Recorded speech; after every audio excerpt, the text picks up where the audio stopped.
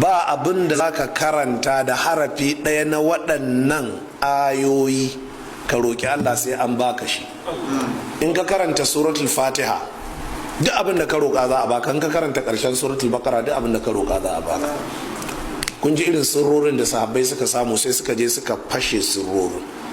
Don haka yau wani ya je ya musulunta ne, ya dawo yana kan hanya, sahabi ne, sai ga wasu kafirai suna ɗaure da wani mahaukaci a ƙarfe yana dukan mutane. Suka yi mishi jawabi, sai tofa wannan mutum fatiha kafa 7, ya sake koma da yamma ya tofa, ya koma kashe gari haka ya tofa, kwana 3 yana karanta fatiha yana tofa mai, sai warke kamar bai taba hauka ba. In kana da bukata ka karanta suratul fatiha, to amma ka san dan adam yana da wani abu, ido wa kare na wanda yake gani kullum, kowa sai ga to ya iya fatiha ko ya karanta ma ba za ta yi ba, to kajin da matsalar take. Annabi Musa ma ya taɓa roƙon Allah, Allah maɗaukakin sarki ka bani kaza, sai ya ce mishi ka roƙe ni da kaza, ka faɗi kaza, ka ce la ilaha illallah, ka bani wani zikiri mai ƙarfi, wata addu'a mai ƙarfi. Sai Allah ya ce mishi ya Musa ka ce la ilaha illallah. Sai annabi Musa ya ce to ai Allah duk wannan kowa ya iya, gama gari ce duk ko isla yana yin koyo. Shine sai Allah ya nuna mishi falalan la ilaha illallah, ya ce da za a samu la ilaha illallah a rubuta ta a jikin wata takarda, a ɗora ta a tafi na mizani, a ɗauko halittun sama da ƙasa da abubuwan da ke cikinsu a ɗora a ɗaya tafin, wannan la ilaha illallah da ke jikin takarda a rubuce za ta rinjaye su. Saboda haka kakkare da suratul fatiha cewa to ai kullum ana yi, mewa da baka san wannan falalar ba.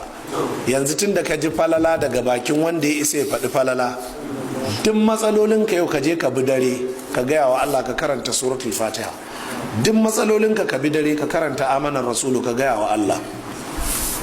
Ana roƙon Allah ne da yaƙini. Karka roƙi Allah ka ce to tunda dai an ce mu yi, amma wallahi mun daɗe muna addu'a ne ma dai Allah ya kiyaye, bari dai mu yi. Gwamma ma ka kai, karka ɓata kanka lokaci don ka lalata ta tun kafin kai. Amma ka roƙi Allah cikin yaƙini. Shi yasa sahabbai wannan yaƙinin suke da shi, suka sauka ƙauye aka ƙi saukar su, suka ƙi koma bayan gari suka zauna. Da daddare aka zo aka same su, dagacin gari kunama ta harbe shi ko miciji. Aka ce ko kuna da magani? Abu Sa'idin har rantsuwa ya ce wallahi inni laraq, na iya addu'a amma wallahi ba zan yi ba. Nawa za ku biya? Ai mu ma mun ce ku sauke mu kunki. Capitalism kenan.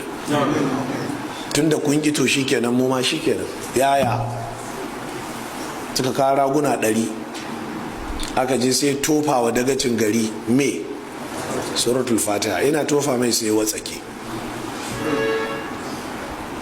Sai suka ce a raba, sai ya ce wallahi wannan abin na yi annabi bai koya min ba, kar mu ci abin da ba daidai ba. Sai aka je wurin manzan Allah, sai manzan Allah ya ce wa ma yudrika annaha ruqya.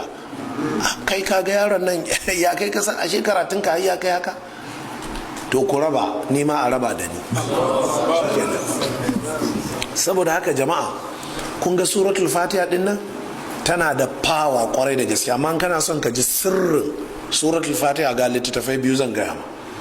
Madarijus saliki fi manazili iyyaka na'budu wa iyyaka nasta'in, ibn al-qayyim. Wannan inda madarijus saliki ha kusa da alwatu sai sama annaka sama ne kusa da hankali.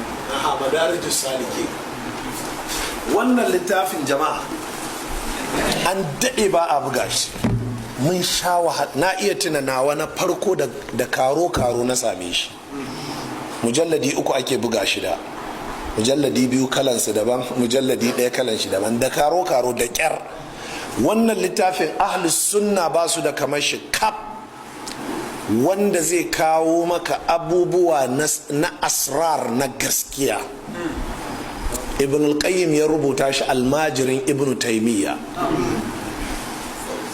Wannan littafin shi ke compensating ɗinka akan abin da sufaye za su baka na rudani, a ce maka ga sirrin kaza ga sirrin kaza, to ga na gaskiya nan.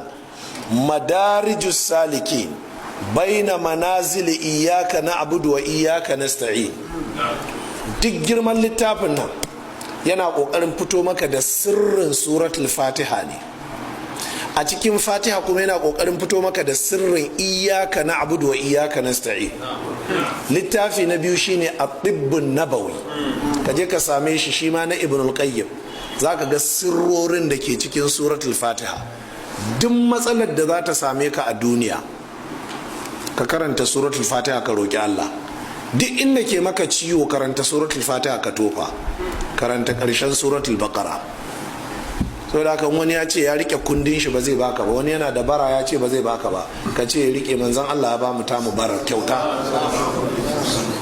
Ina fata an gane.